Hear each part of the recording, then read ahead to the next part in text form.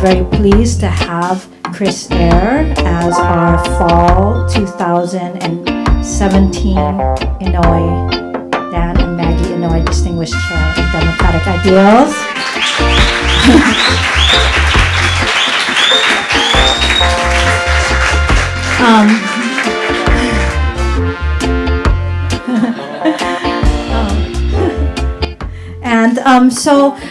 But again, we need to have a community panel that integrates his experiences as an Indigenous filmmaker with what's happening here in Hawaii, and we could not do that without our wonderful partners that made this happen. So, Hawaiʻi International Film Festival and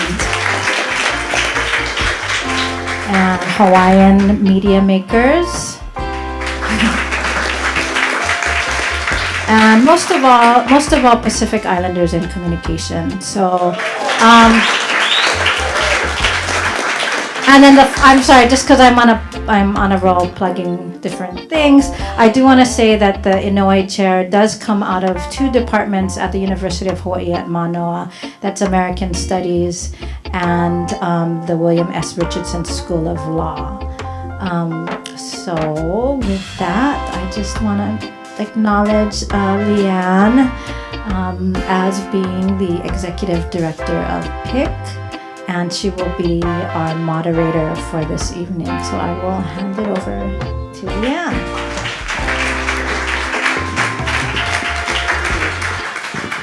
And that was the wonderful Noel Kahanu, everyone. Woo!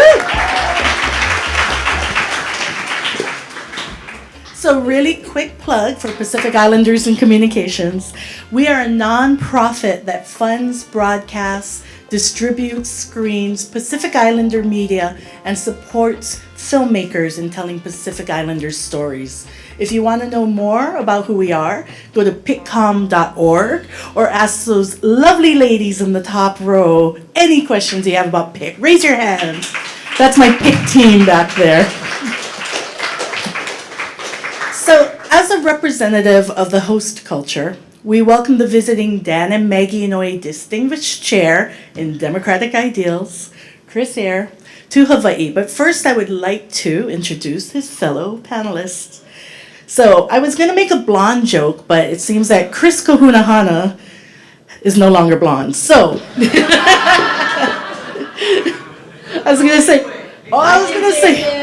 statistically, how did I get two blonde Hawaiians on this panel? Right, blonde is just a construct.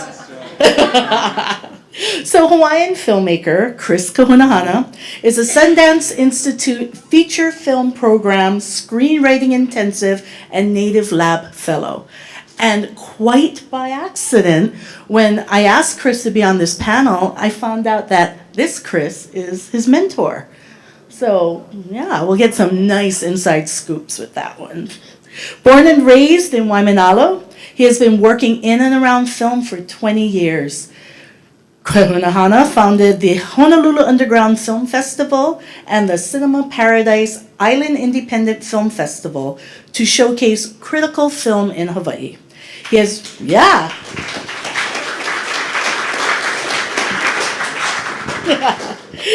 He has written and directed numerous films, including a short documentary for the Smithsonian Institute's Asian Pacific American, A Day in the Life project. He has also won awards for his work, including 4 Peles from the American Advertising Awards, and he is currently finishing a feature film, Waikiki. Chris Kahunahana.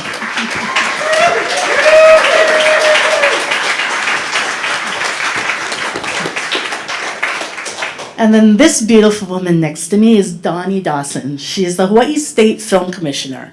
She has spent more than a decade building Hawaii's film industry, which during her tenure has generated nearly, or now more than, $4 billion for the state economy.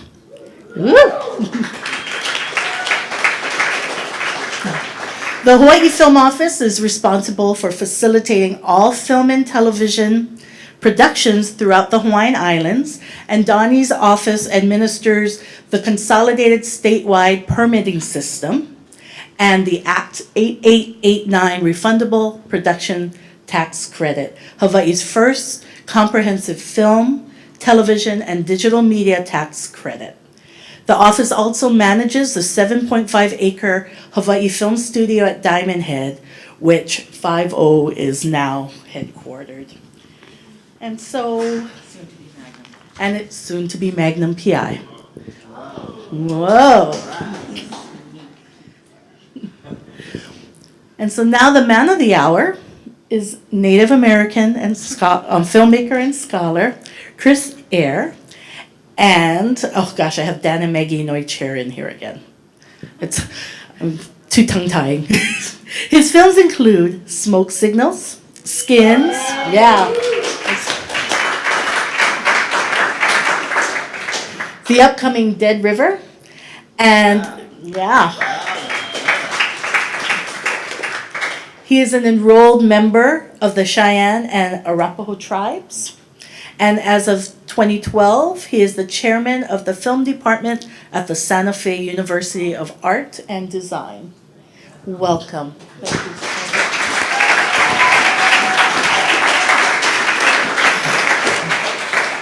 much. So I am sitting next to one of my idols. I remember when I first saw Smoke Signals, and you guys say this line with me, "It's a great day to be Indigenous." And watching that film, I'm like, we can do this? We can make films about ourselves? And that changed my whole trajectory, right? My career path just veered off. So thank you very much. I appreciate that. And so I'm going to start with the baseline questions for all the panelists. And we'll start with Chris E.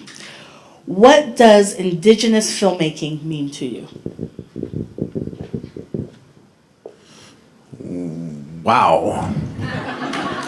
That's that puts it right on the nose. It's like, wow, okay. Let's get right into it.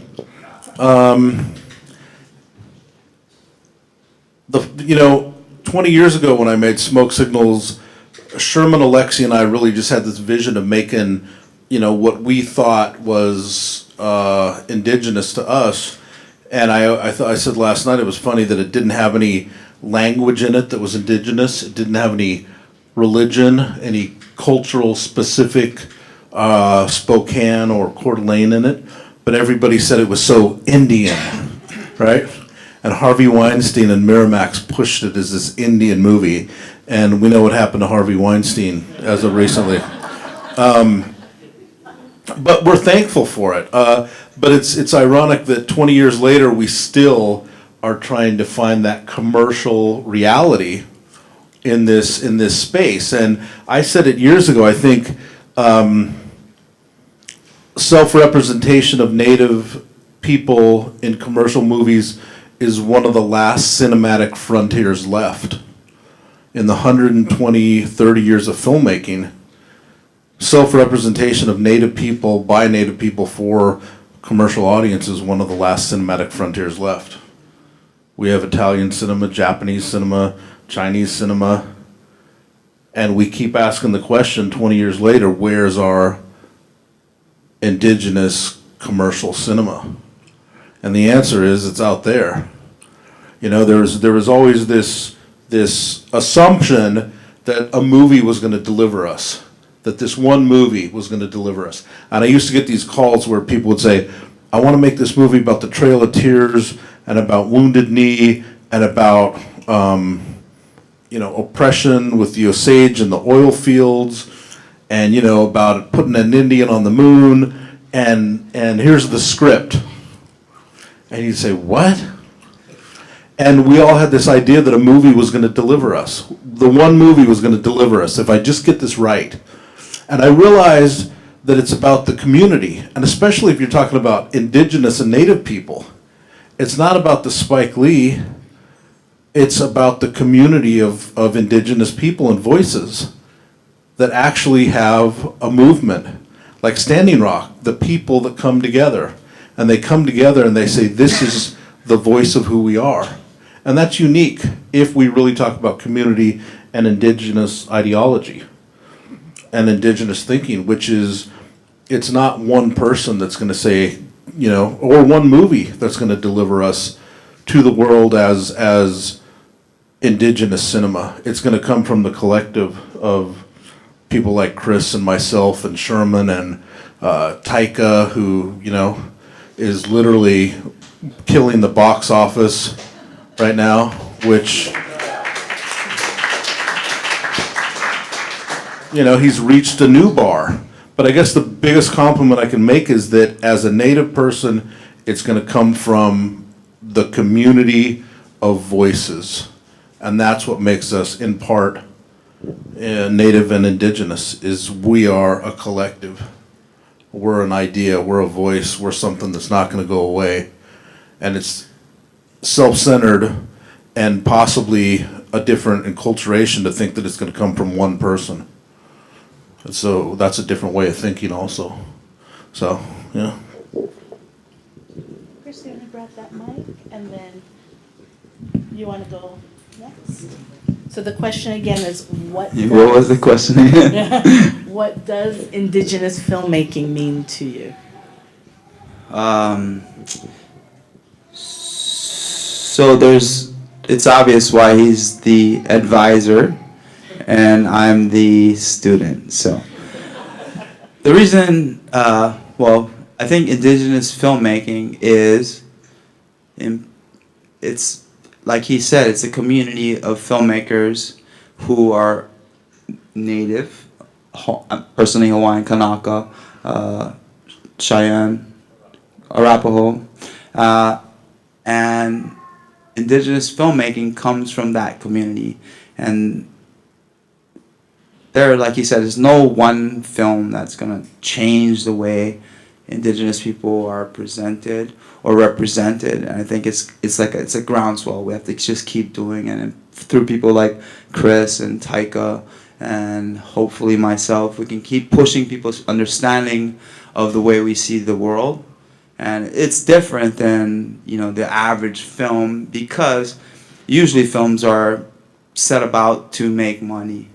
And as an Indigenous filmmaker or Native Hawaiian filmmaker or Kanaka filmmaker, you know, there's things that affect us. And so even though film is my chosen art form, you know, these are things that I would say, whether it be drawing or painting or writing or sculpting, it's like these things affect us. And so as an Indigenous person, I think Indigenous filmmakers or Indigenous people in general, we're just trying to be heard. We're just trying to make things, do things, and say, hey, we exist. We're not like this past thing, and we're not this future thing. We're not this, like, you know, trendy thing. We're just here. We're just who we are, and we feel things, and you know, some of the things we've learned as, you know, Indigenous people might be valuable eventually. You know, people might start recognizing that our point of view is, you know, it's not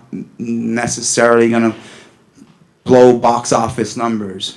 But at the same time, some of the things we understand about this world or through our existence might be valuable to some. So as an Indigenous filmmaker, I think what's important is that we just not try to be who we are, just be who we are. And hopefully, eventually, people will catch up and find that thing as valuable as I personally feel it. You know, it's like as a filmmaker, to make a film is like a trial. It's like it, and in order to, you know, it's a prolonged, continuous struggle. So, if you don't actually believe the things you're doing or saying, it gets tiring and you're not going to do it. So that applies to all filmmakers and all artists. But as an Indigenous Hawaiian Kanaka, I find those things wake me up in the morning. You know, those are things I think about all day.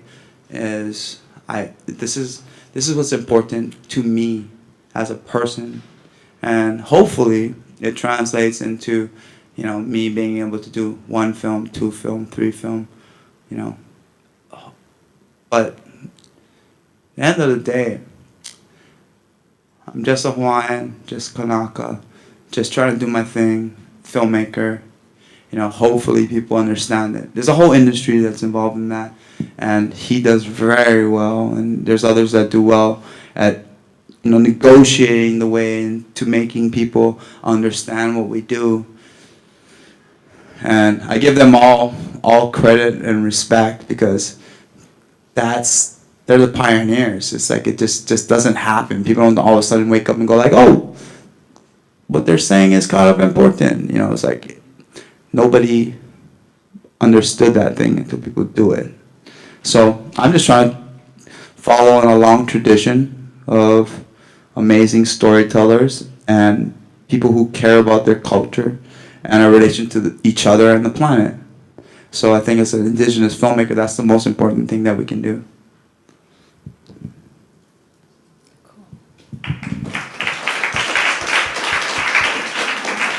So I'm really humbled to be here with these two filmmakers. I am not a filmmaker.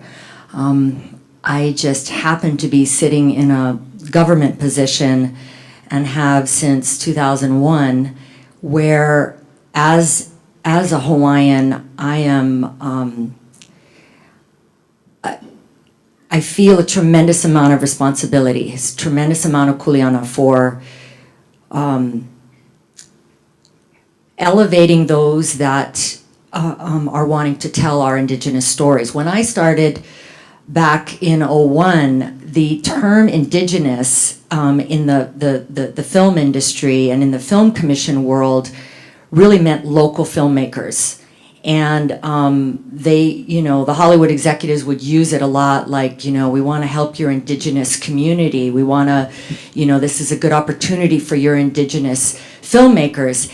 And slowly but surely, it really kind of evolved into Native stories and the ability to tell Native stories in a powerful way that was going to show respect for the culture, the Native culture, and provide some level of authenticity for the story.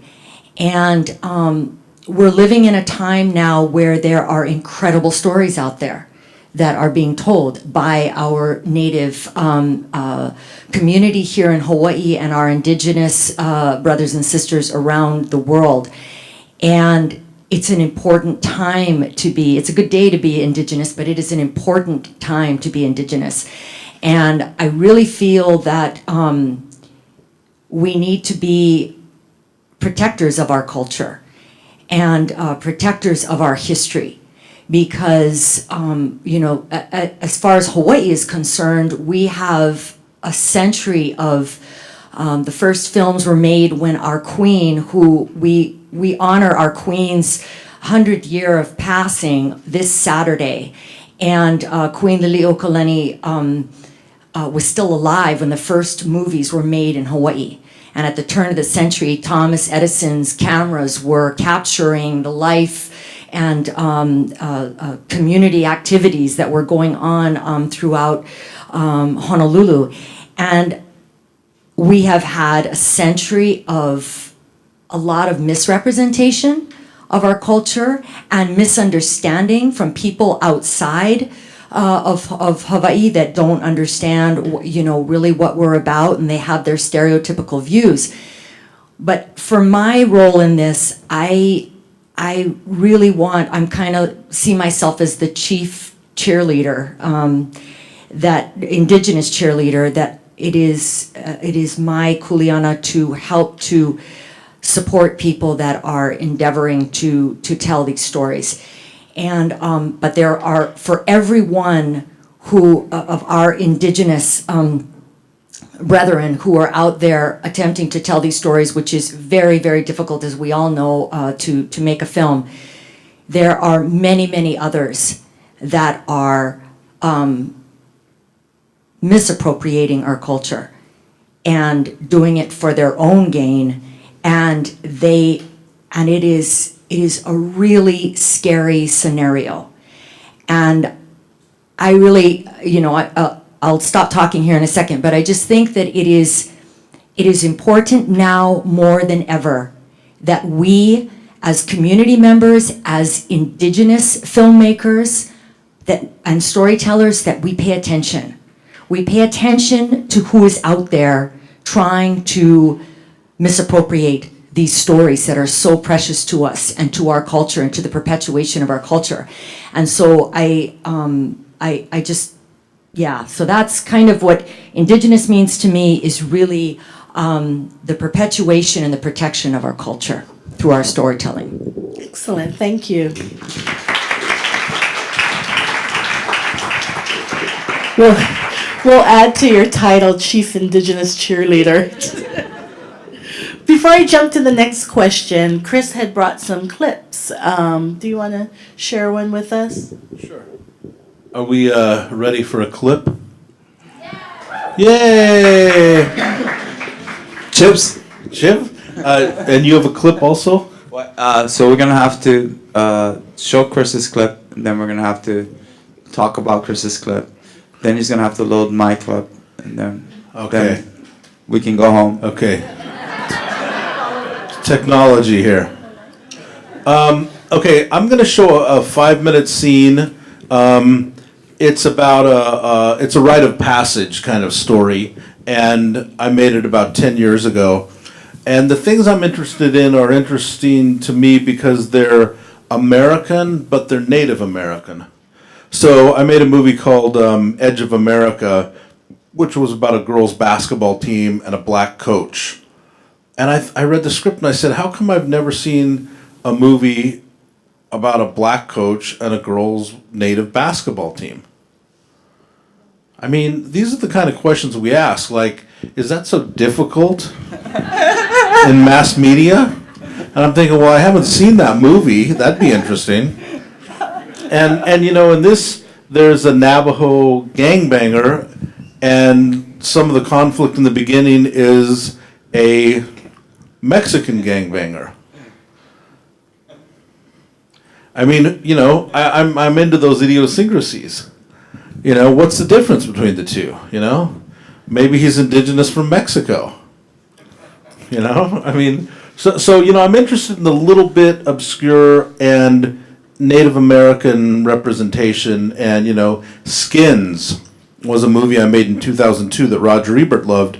The end of the movie, the main character throws a 5-gallon bucket of paint off George Washington's head at Mount Rushmore, and it breaks open, and it's red paint, and it makes a red tear on George Washington's face, and that's the end of the movie. We do this helicopter shot that goes by the monument, and I have people in the audience going, but why did he do that? I said, just watch it again. Okay? I can't explain it right now. Rewind that. But also we represented White Clay, Nebraska, in which this town that's a border town of Pine Ridge sells 4 million cans of beer a year to the reservation of 10,000 people. That's predatory, right? And last year, Nebraska, after 20 years of people trying to affect change, Nebraska, the state, denied the liquor licenses in White Clay, Nebraska 15 years after we made this movie about that problem. So we were really happy. I called Graham Greene. I said, Graham, because he was in the movie, you got to check out this article. They discontinued the liquor license in White Clay, Nebraska, finally, to these 4 million cans of beer. So I'm interested in those kind of little things. So I'll show a clip and then we can talk about it or not. And you'll see kind of the idiosyncrasies that I'm interested in. Like a gangster.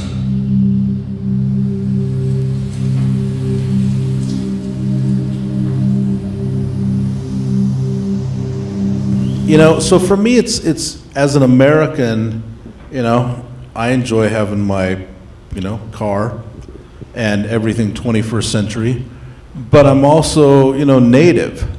And we get into these conversations about being monolithically traditional, you know, super Indians, you know, and we're artists, you know, we're artists. And sometimes I'm politically incorrect, God forbid. I worked on a movie called Hostels with Christian Bale recently, and Wes Studi. It comes out in December. And there was a debate after the movie the other night with Native scholars, and they said, I really wish that it would have done this and done this and this. And I'm thinking to myself, I like Westerns. Westerns are predicated on less progressive natures, you know, a yesteryear of John Ford and John Wayne's, you know, horrible repute of, you know, Native people, certainly. But I was raised on that. And aren't we allowed to be three-dimensional enough, me as a person, to say, oh, do I have to be the perfect Indian? Do I have to be the perfect righteous Indian? The politically correct Indian? And then I said to them, well, don't all of you know Indian cowboys? Because if you don't know Indian cowboys, you're not really Indian, you know.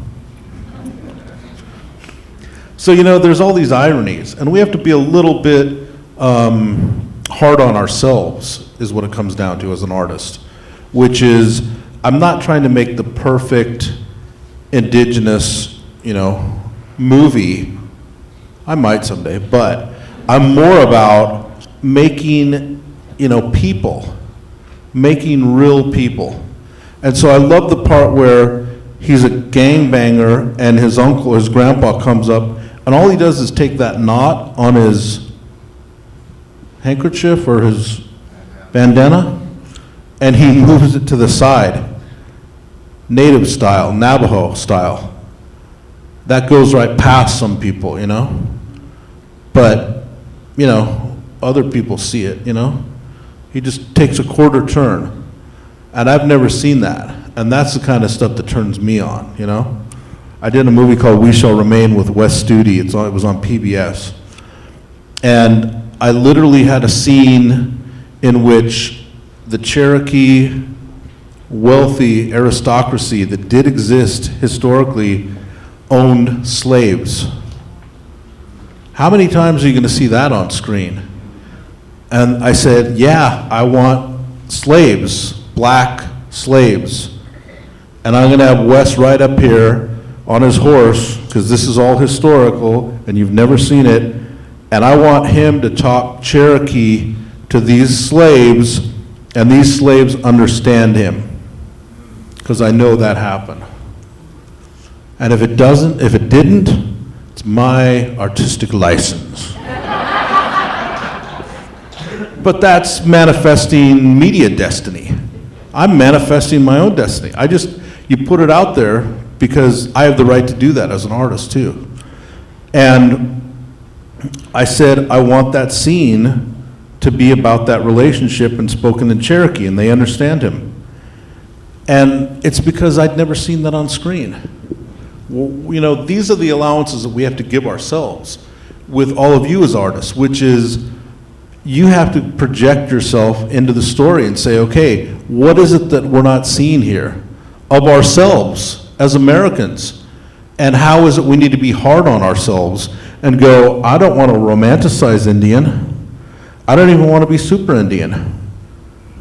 I just want to scratch some truth. I just want to part the bushes and see some truth. That's what I want as an artist. And so that's the kind of stuff that turns me on, is just the little idiosyncrasies of scene culture in contemporary, you know, form. And so I'm about characters and making, you know, trying to make, you know, real people and find those people, you know, because that's what I love. So, you know, Smoke Signals or anything else, it was always about, you know, finding something. So that's what inspires me as a filmmaker. And so thank you for checking out that clip. That was fun to make because I got to work with a hydraulic car.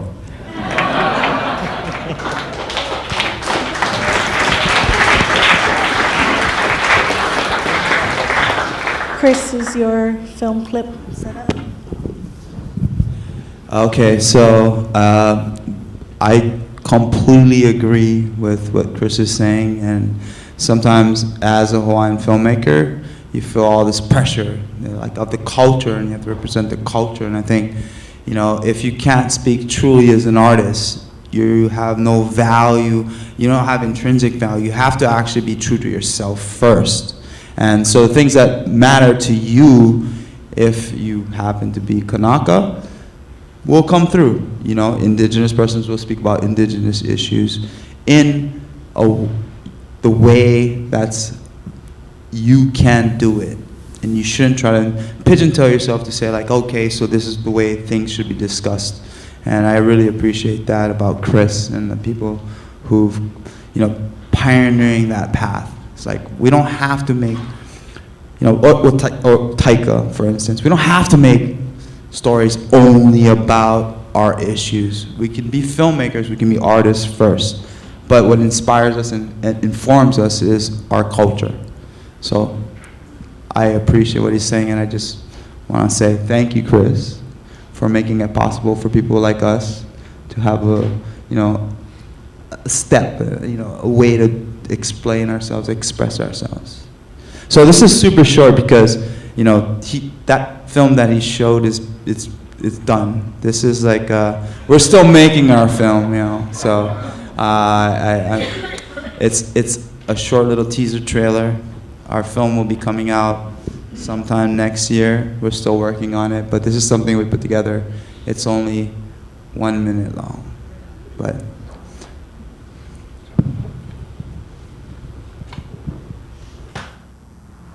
E Hawaiʻi, e ku'uhome, Hana we, ku'uhome, kulaiwi nei, maina ahe makani, e pau mai nei, o mau aloha. Aloha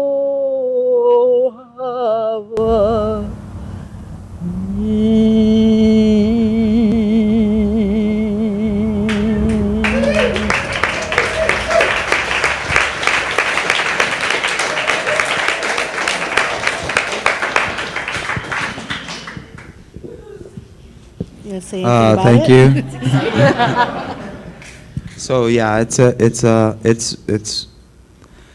I don't even think about what it means most of the time. I'm just trying to make films, but I realize in the context of what's there and what's possible, and the value of our voices. Sometimes I go like, oh, how amazing is it to be able to do what I do, and there comes, you know, from that you feel responsible in a lot of ways. But I think I personally, I can't speak for all the other artists, but if it feels true to you, that's all you can go by. Because once you start worrying about what other people are going to think about what you do, you're shit out of luck. I mean, everyone's going to have an opinion about what you're doing. Like, you know, you, Chris and others, you just got to do how you feel, you know, and I think that's the guiding factor in a lot of the way we do things. And I feel blessed every day to get to do it.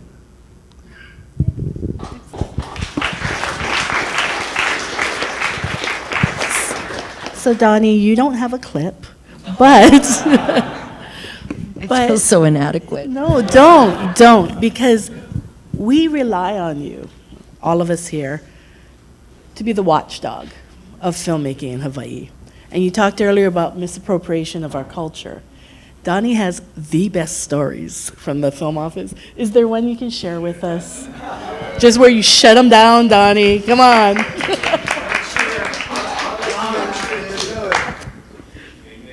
Oh, it has nothing to do with Indigenous filmmaking. It has to do with the music video by Chris Brown. I have lots and lots of stories, but this is one that just gives you a little bit of an inkling of what we're up against every day. So there's a young producer, 20-something from LA, and apparently he's done music videos for other artists. And he said he wanted to come and do, someone locally had shown this beautiful aerial picture of the Kaneohe Bay and the sandbar, which is correctly named Ahu'olaka, which is an altar to the goddess Laka, who's the goddess of the hula. And the sandbar has been used and abused over the years, you know, raging parties, you know, people have been hurt and worse there. And so that the state was really kind of curtailing the partying that was going on there. And long story short, they wanted to film this music video with Chris Brown, and it was, and if you want to see the video, it's called Autumn Leaves, I believe. You can YouTube it. And they said it was going to be just him, and it was going to be him standing in the you know, not high tide, but just the water lapping up on the sandbar. And I told him, I said, you know, the state doesn't want to allow you to do this, but we're going to make an exception here if you can promise me that you're going to do right by our Aina. And the guy, this young producer was like, yeah, we got it. And I said, okay, listen, I need you to think, when you film this video, I need you to think that you are filming in a church, because that's the, you know, and there's a lot of people that are going to be, you know, in the neighborhood, the community watching. You need to be really, really reverent. And I explained to him the history, the cultural history of the place, et cetera, et cetera. The next morning, I sent one of my staff out to jump on the one of the boats, and I said, you know, something does not feel right about this, and I just don't think it's going to go well. And so I'm sitting in a meeting, and I get this text message with a photo, and there's a stage that has been built on Ahu'olaka that they were going to use for Chris Brown and all of his dancers. And they had, you know, they had represented to us, it was just going to be him by himself. And I am on the phone immediately with the DoCare, which is the state's enforcement, and a very incredible Hawaiian who no longer heads up that agency. He's retired on Maui, but he's a cultural practitioner. His name's Randy Awo, and he's amazing. And he's like, what are we doing here? What are we going to do? And I said, shut them down, and they you know, it's over, and they need to disassemble that stage immediately. So I get the phone call from the young producer, and he is like literally yelling his head off on me on the phone, saying, you know, I'm going to tell all my friends in LA that you guys are, you know, full of it, and, you know, I'm never going to bring another project here to Hawaii. And I'm to myself, I'm going, good. we're on the right track here. And we made them disassemble the thing. Meanwhile, Chris Brown is pulling up in his limo to Heiʻakea Boat Harbor, ready to jump on the little outboard, the little boat to take him out to his stage. And he basically was shut down. And you know, I have no idea what his reaction is, but I can only imagine. And so they went and they stole the shot someplace else. I'm not sure exactly where. I think they may have gone to Secret Beach or something out by Kualoa. But the point is, we have to be on our guard every single day. And I answer to this community. This community, the greater community, but also the Native Hawaiian community. Because I get a lot of flack from people who are Native Hawaiian, who are saying, you know, why did you let this happen, Donnie? Why did you let this happen? And what they don't understand is that there's a lot of this that is beyond my control. And as a state government official, I have to play by the book. And we can get into conversations about how we work around or find the workarounds to the protection of our culture. But it's hard. And the only thing that I can say is that I think people want authentic stories. I think there is a hunger out there for Indigenous stories, quality Indigenous stories, and we need to try to support that as much as we can. And I look at my position as something where I'm educating. I use my platform as a state film commissioner to educate people about who we are and what Hawaii is all about. And it is nothing like what people assume. And every single time I get a phone call and it's somebody who's got some crazy idea that's, you know, like I want to do a Dances with the Stars with kumu hula teaching, like celebrities how to dance hula. And it's going to be a hit, and I'm just like, oh, God, give me strength. And I had to take a breath, and I sit there and I say, okay, let me just explain why that's really not a good idea. And let me, you know, I don't want to, you know, be the wet blanket or dampen the enthusiasm or, rain all over your creative idea here. But let me just tell you a little bit something about our people.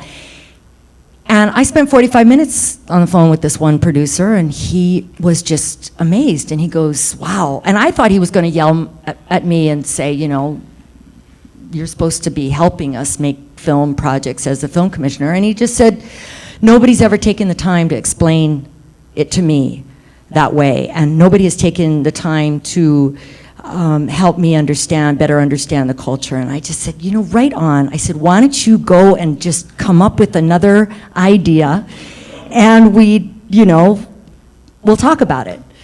And I left it at that. But it is day in and day out. It's relentless. I've been doing this for a very long time, and but it's important. And like I said, these people that come to Hawaii that want to take our stories and do with them what they will and tell their version of our stories, and they have no idea what they're doing. It's wrong, and it is an affront to all of the suffering that our people, not just our people, but indigenous peoples around the world have had to deal with through colonization. And it just, it's wrong. And we, like I said before, we need to all pay attention and be vigilant. Now I'll get off my soapbox. Thank you.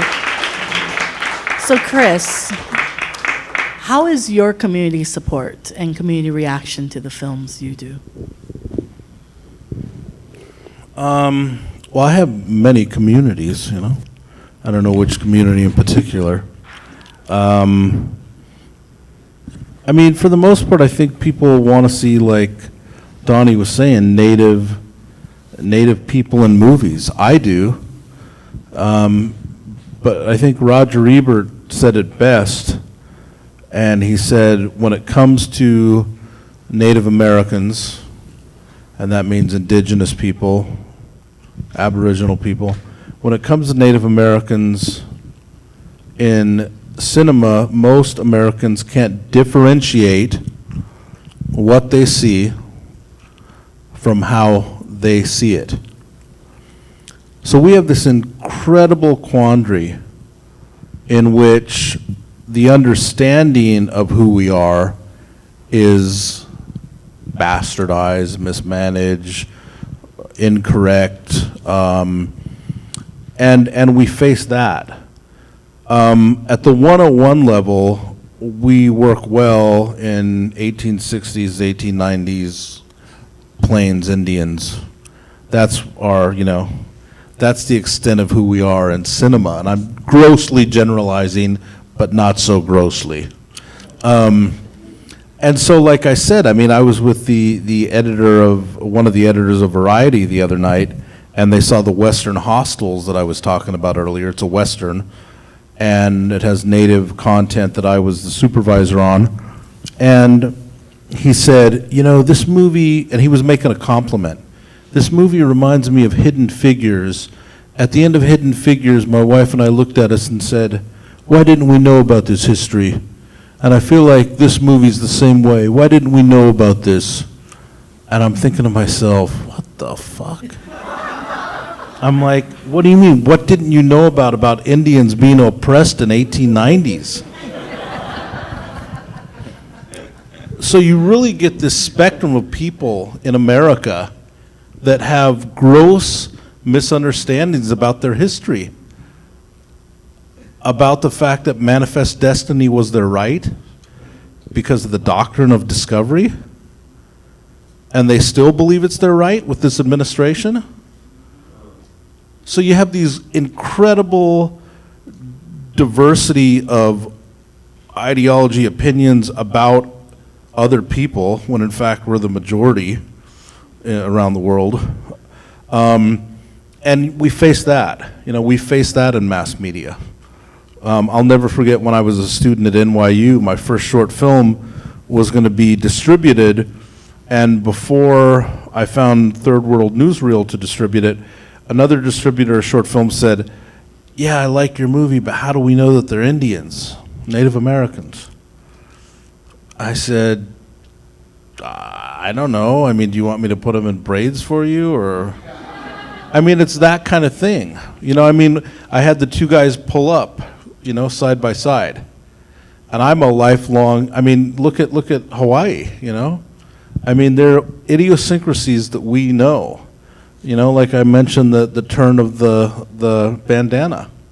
Those are the things I'm interested in. So, you got to start from the 101 place, which is there are a lot of people in our mass media audience that have, and I'm saying it this way because I mean it, that have no idea what we're talking about here. I mean it. And so it's a war. It's an effort. My daughter goes to film school now, and it's literally just about, and I'm glad that I'm over the hump. I'm over the hump of believing that I can't do this. It took me years as an artist to know this is the only thing I want to do. And I'm happy doing it. And I'm old enough to know that I'm doing it my way or no way. And that's it. And it's taken me decades to get to that truth. And so, I got offered Deuce Bigalow years ago. And maybe I should have made Deuce Bigalow, but I would have had a franchise in Hollywood. But I went this path, and I went through the Sundance Labs like Chris, and went to NYU and believed in storytelling and independent film and, all these things, these horrible things. And so I'm just happy to know that we're out there, and that it's about continuing just to hit the armor, and just hit the armor and hit the armor, and someday there's a crack, and someday it opens up, and that's what we're all about. It's a collective, it's all about us, as a group. It's about, the people that want to be together with one another in the best way possible. And so that's what my storytelling is about. And I just sit there and I just keep saying, okay, just keep going, just keep going, just keep going, just keep going, keep making work. That's what I tell my daughter, it's just keep making work. Just keep making work, So to all of you out there, it's just keep making work. It's not about who's the, I said it before, it's not about who's the best. It's just about who has the audacity to keep doing it,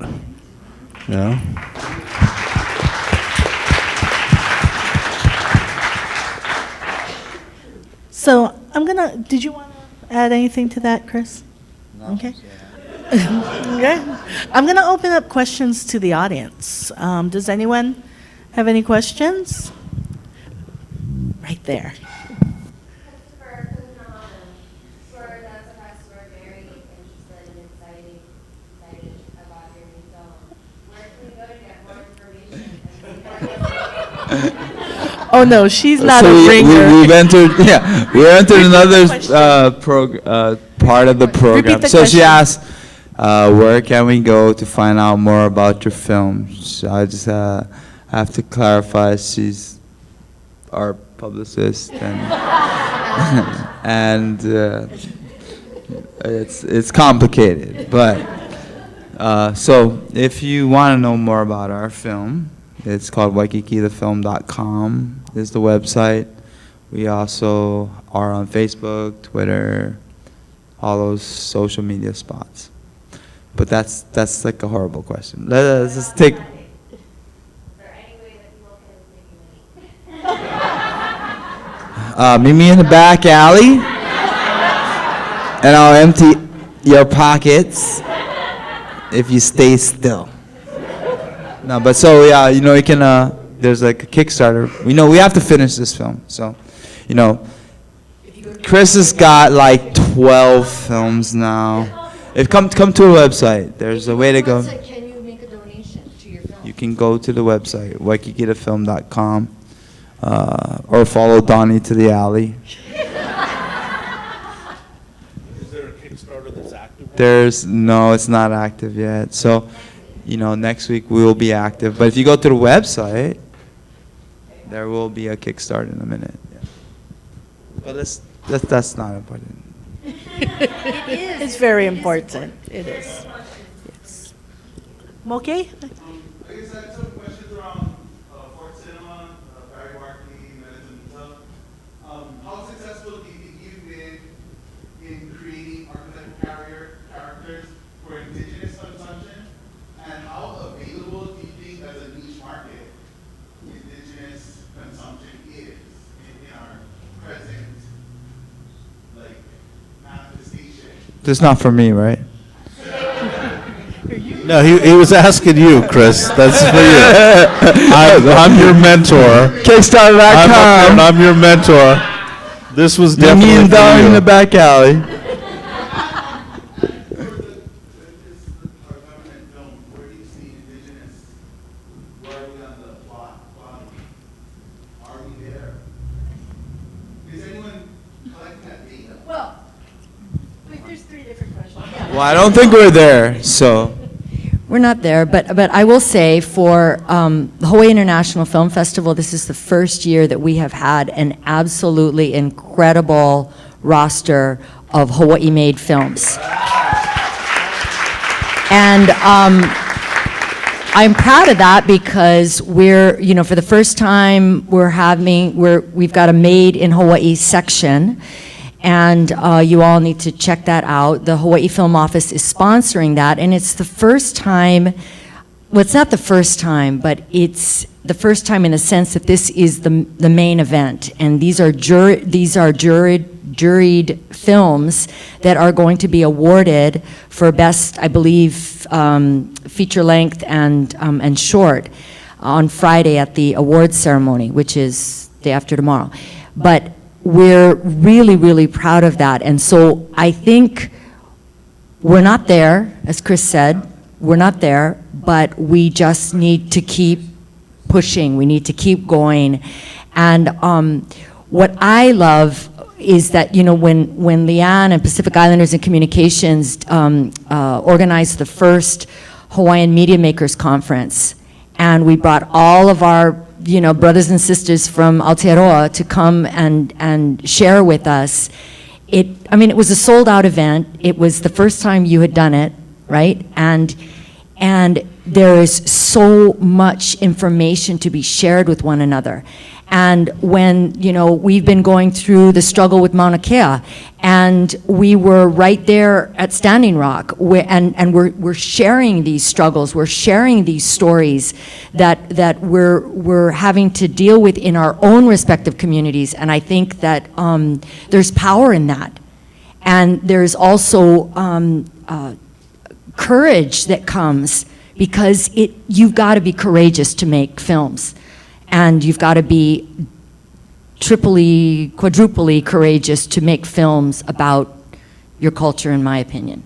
So I think that the more that we can have events like this, the more that we can support our film festivals, that they can encourage and support those up-and-coming storytellers, the stronger and better off we're going to be.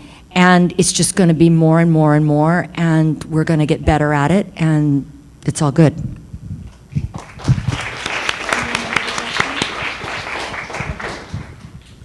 Moke, he doesn't remember your question. Neither do I. So. You think so? Okay. His market being different from our market, marketability, right? Sustainability, indigenous viewers. Well, I think so. Indigenous cinema doesn't really exist. Indigenous storytellers have always been around. So now we're trying to adapt what we feel and put it through, make it acceptable to a larger audience, which, as an artist, that's the shit that we don't want to do. So, it happens, it's necessary. You can't make a huge ass multi-million-dollar film without being marketable. So, unfortunately, people don't want to hear the shit we have to say. But we can say it in a way that possibly they don't mind. And I think that's a challenge. It's like, be true to yourself, but at the same time, make it so people aren't offended. They don't walk around and say like, that's the angry Hawaiian guy. That's the angry Hawaiian guy. It's like, at the end of the day, yeah, I'm the angry Hawaiian guy. I go home, my girlfriend tells me you're the angry Hawaiian guy. But, in terms of marketability, shit, if you're thinking about that shit from the get-go, you're shit out of luck. What you got to do is what's important to you. At the end of the day, that's the only thing that fucking matters. Seriously. And that, if they accept it, they accept it. If they don't, I'm still the angry Hawaiian guy. Can I just say, you do what you do, both of you, because you are seeking somewhere to elevate your people, right? I mean, Chris said something interesting that didn't go by me there, which was, he said, indigenous cinema doesn't exist. Ouch. Ouch. I'm Well, like, not in a mass market sense. That's it doesn't get funded. blasphemy, isn't it? But, That's true, when that's you true. look at it, when you think about it, who in this room believes that indigenous sovereignty exists? So what are we talking about here? I mean, we're talking about these things, that are ideas. I mean, what is indigenous cinema? I don't even want to go there. That was one of the first questions. But it's like, how much does indigenous sovereignty exist?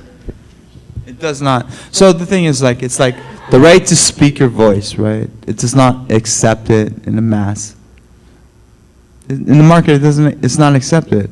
But what we're trying to do is say, hey, shit, you don't not want to hear it, and you might not fund it, and you might not want to accept it, but we still have to say it. And so, cinema, in the greater sense, from an indigenous community, is so small, but we're trying to make it. People got to know that we have some shit to say. And we can't just speak this language, writing, this language, sculpting. We have to. This is a new language. Media, cinema, that's the way shit's going to go. And I think that's why we have to do what we do. We have to adapt. We have to change. We have to make sure people realize that these things matter. And that's why you are important. And I'm just trying to be like you. I'm seriously though, man, you've been my idol from get-go. And then when I found out, dude, I got accepted this thing. And then I found out, I was like, hey, Mike, holy shit. Oh my God, I made it. Like 4 shit, I made shit. I'm still struggling, but I got to work with, people who I respect. And Chris, we're gonna try to be like you and change the world. We're gonna change the world. We are. With Donnie's help.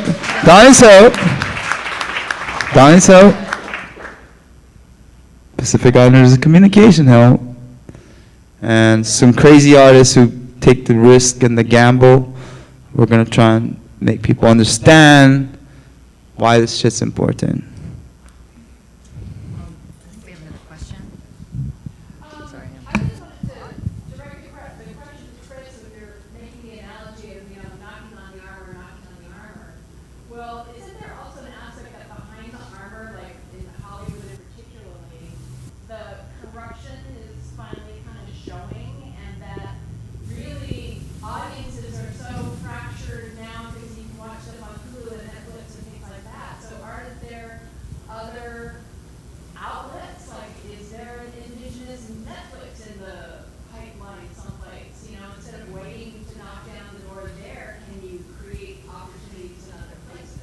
You were saying that behind the industry there's turmoil, or what did you say? I mean, you're seeing, I mean, at least, I mean, when I compare it to the movies that I used to go see and how often I went to see Hollywood movies, I mean, I don't anymore because they're now mostly all movies marketed to 19-year-old boys, and I'm not, you know.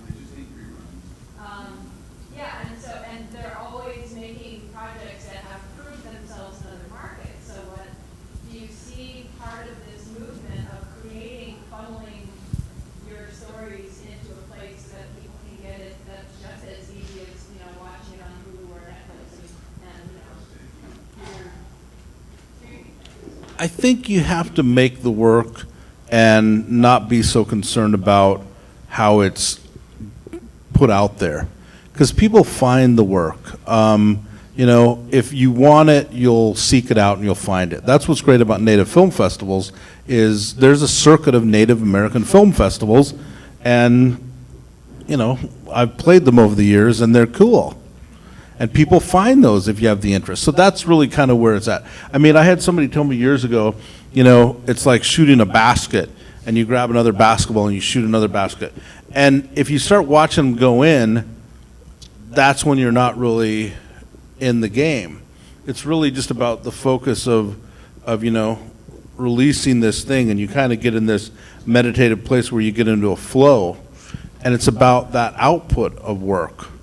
And maybe it was a bad analogy, but I mean, I got it. But that's where I think it's at. I don't think you can sit there and go, oh, did you plan to make smoke signals? You can't. You have to make the work because you want to make the work. I mean, you look at the name of your movie is Waikiki. You look at that, and that has a soul to it. It has a vision to it. And that's basically all you can do. That's all you can do, you know? There's a native Netflix, you know? There's FNX, there's, you know, Vision Maker, there's all these outlets, but really it's just about making the work, and it's like a child. You have to kind of release it and let it go and move on. Make another child, hopefully not, but, you know, it's like, you know, it's similar to that, you know? Movies, you know, movies. It's about making movies, I meant, you know, or television. Because they all have little qualities that you like. And so I don't think you're necessarily, as the Indian or any filmmaker, saying, okay, I want this to be on Netflix. You know, I mean, I have a movie on Netflix that came on last year called The Seventh Fire, which is a documentary feature about incarceration in Indian country. And, you know, we didn't make it to be on Netflix. I mean, God forbid the guy started making it 10 years before Netflix was around. But it got on Netflix, and we were happy. So this movie I just showed was for the Smithsonian Museum in D.C. Nobody's seen that in the industry. So I think it's really just about, you know, you make the work and you can't quite go, okay, what's happening in the industry? You just got to make the work. And let it speak for itself. It's a long answer to. Is this the publicist? Okay. Oh wait, it's a real question.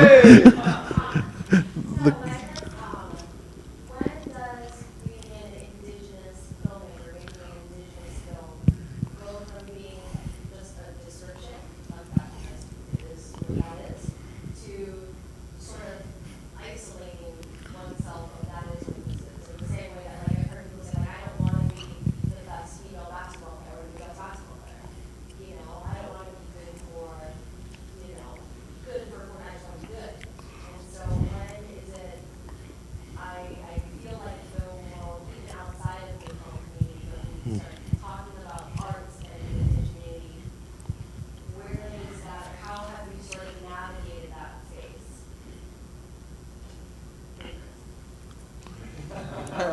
I mean, navigating the space is giving yourself a break.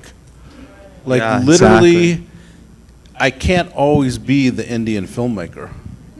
I You think know? you can't. I think you just cannot think about those things, because like if you do, there's too much pressure on you as an artist, and like the more pressure, the worse your art's gonna be. It's like you just have to think about what's important to you and focus on that. Like you said, how the world accepts it, where it is and plays on Netflix or Indian Netflix. that's not your concern. You have to basically go out there and try and do the best thing you can do. And, you know, time will tell where it lays in terms of best Indian filmmaker or best filmmaker or best artist, or this shit doesn't even really concern. I think it shouldn't be your concern, really. Like, people are gonna accept it how they accept it. And I also think it's important, yeah, and I think it's important that we get the stories out there, and we get them out there in the mainstream. The only way people are gonna know about us and our struggles and the things that we hold dear is to get those stories out in the mainstream. And so from my perspective, it's like wherever you can get it is where it should go. And just see what happens to it. But you know, someone like Chris, who has made a name for himself and people know who he is, they know the quality of his work, they know what he brings to the table, they're gonna pay attention to it for that reason.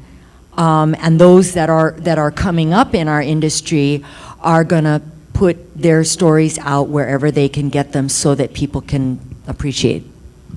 Did you have anything to add? Is it wrong to say I like Dances with Wolves?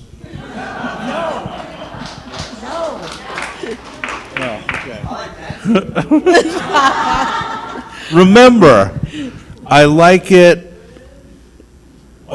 maybe 2 days of the week. The other 5 days of the week, I'm like, ah, shit, Dances with Wolves. Can't I be that guy? Yeah. All right, we have 5 more minutes, so I saw you had a question over here. Yeah, first of all, I'd like to thank our esteemed panelists for sharing their manao and their mana with us. My name is Coghlan Jones, and I have a big role in Kahunahana's Waikiki. Regarding alcohol, today I celebrate, or I can probably say that 334 days since I will do that shit no more. Salute.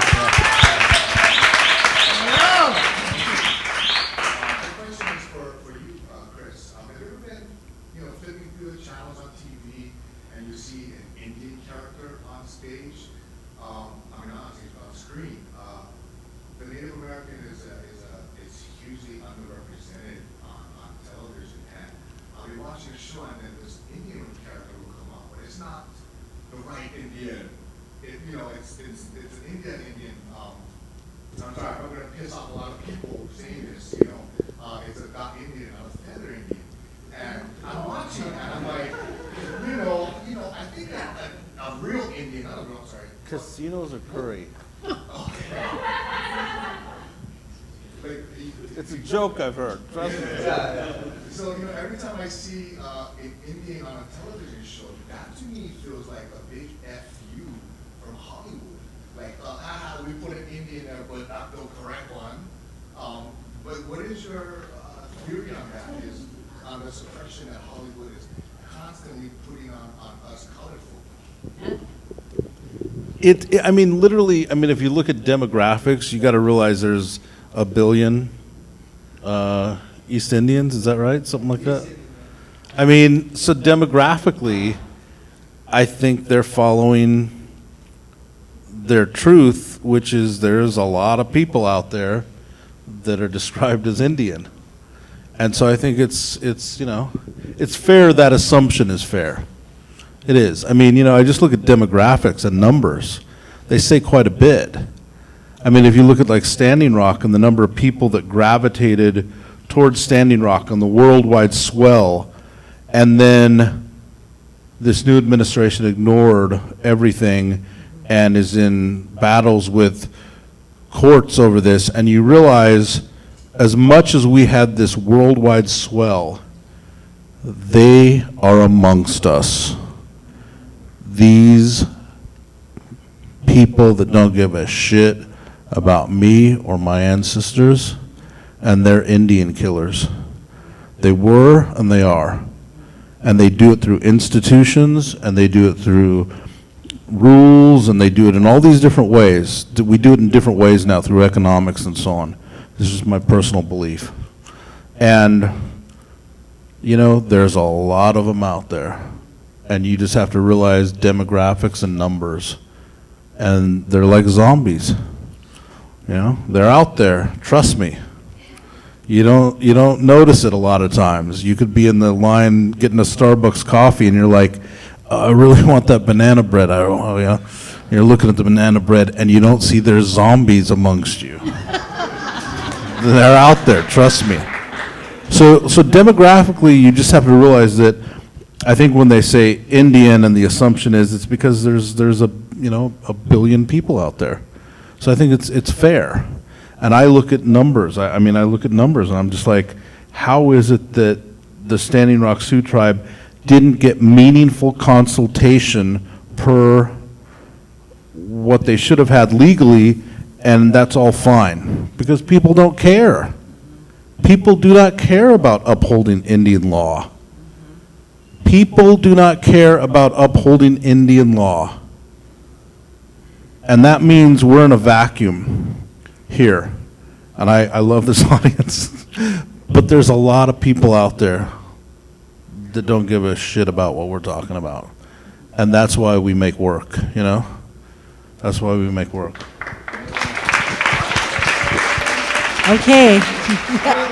Drop the mic. No, don't. I'm sorry, we're going to have to wrap it up. But you can talk to Chris after. I'm sorry. Meet him in the back alley. But thank you, everyone, for being here. I'd like to thank our panel, Chris Eyre, Donna Dawson, and Chris Kahunahana. And Noelle has a few things to say. Thank you. So I'm the plug person, so I'm just going to say that next week, Tuesday, and there's flyers as you go out, Chris Eyre is doing a talk on his newest documentary in progress called Statues Between Us with US. And that's at the law school, classroom 2 at 6:30. I just really want to thank you guys for saying the brave things that you said tonight. And I think the irony or the symmetry, the great thing about having Ku'uhome Omoku here as the exhibit going on at the same time by Meala Bishop and Nanea Lam, it's about place-based, Aina-based knowledge, right? The authenticity and the irony, which is what was discussed tonight, which is the irony of like selling Hawaii, and yet there's no market, there's no place, there's no space for authentic indigenous storytelling here in Hawaii. And I think that that's something that we have to change, coupled with the fact that we have moneyed media people like Oprah living here and not supporting this industry in the way that others should. So I think part of the discussion I hope coming out of this is also this idea of what is it that it takes to flip that switch, to change that narrative that starts to put the impetus and onus, like where is our Peter Jackson to like stimulate the Maori film industry, or where is the government coming in saying we have this specific program that is going to support Native storytelling, in the same way that our own visual artists struggle when you've got authentic work that can't be, we have 2 red dots. Sorry, this is not a plug, but I'm just saying, you know what I mean? Like, we've got our hardworking Hawaiian artists out there, and yet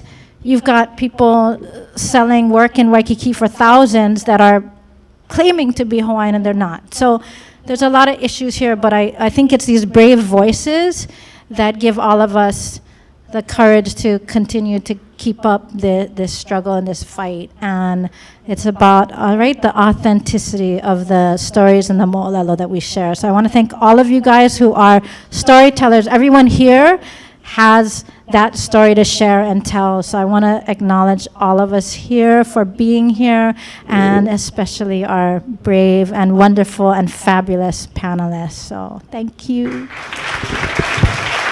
Oh, and we're gonna be open so for like another half hour. So hang out, talk story, mob them. Yeah. Anyway, okay. Photos. There's a individual here named Rachel who's got some information about a master's writing class, screenwriting class, that you guys might want to check out. So talk to Rachel. Mahalo.